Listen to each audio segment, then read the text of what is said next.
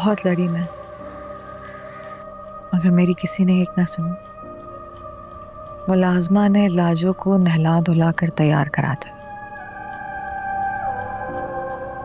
और फिर लाजो का निकाह कर दिया गया।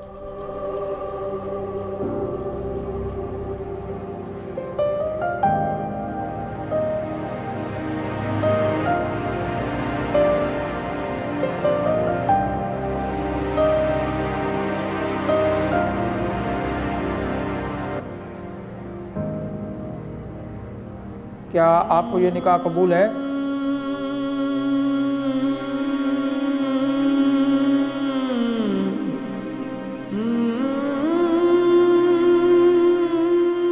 क्या आपको ये निकाह कबूल है?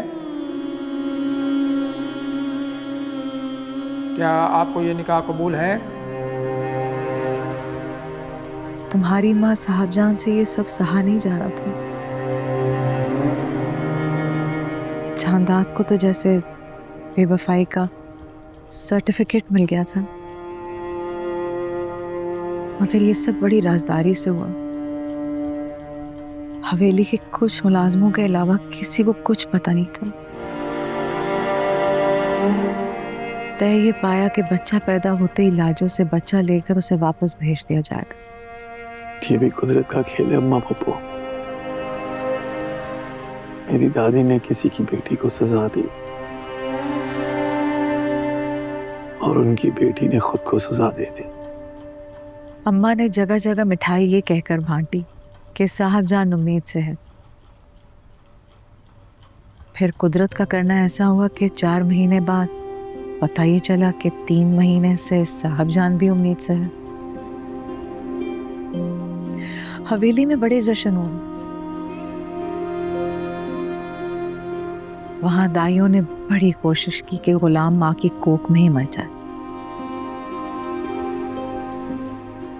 मगर कुदरत को जैसे जिद आ गई थी। बिलाखिर गुलाम पैदा हुआ, तुमसे पहले।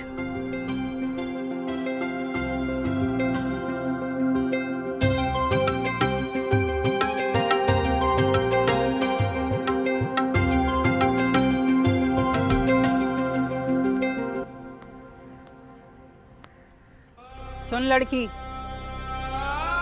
हमने तो बड़ी कोशिश की कि ये बच्चा जिंदा ही ना रहे, मगर जिस जान को दुनिया में आना होता है ना, वो आके रहता है। आखिर है तो हमारे ख़ानदान का खून ना। मैं इसे मार सकती हूँ, मगर जंगल में भटकने के लिए नहीं छोड़ सकती। और भला कैद में भी तुम्हें कितना रखूँ? पीछे एक क्वार्टर है, वहाँ पर अपने बच्चे के साथ रहना।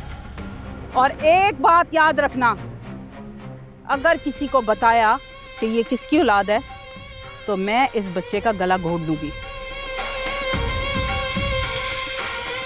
समझी?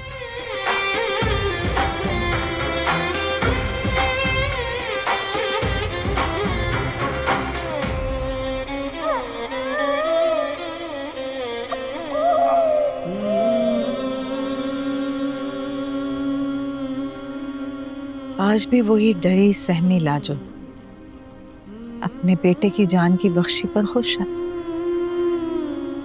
1 महीने बाद तुम पैदा हुए, तुम बादशाह बन गए और वो गुलाम।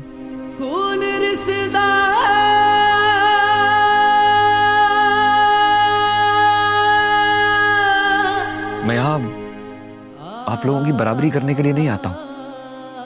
मैं तो बादशाह की मोहब्बत में उसकी चाकरी करने के लिए आता हूँ।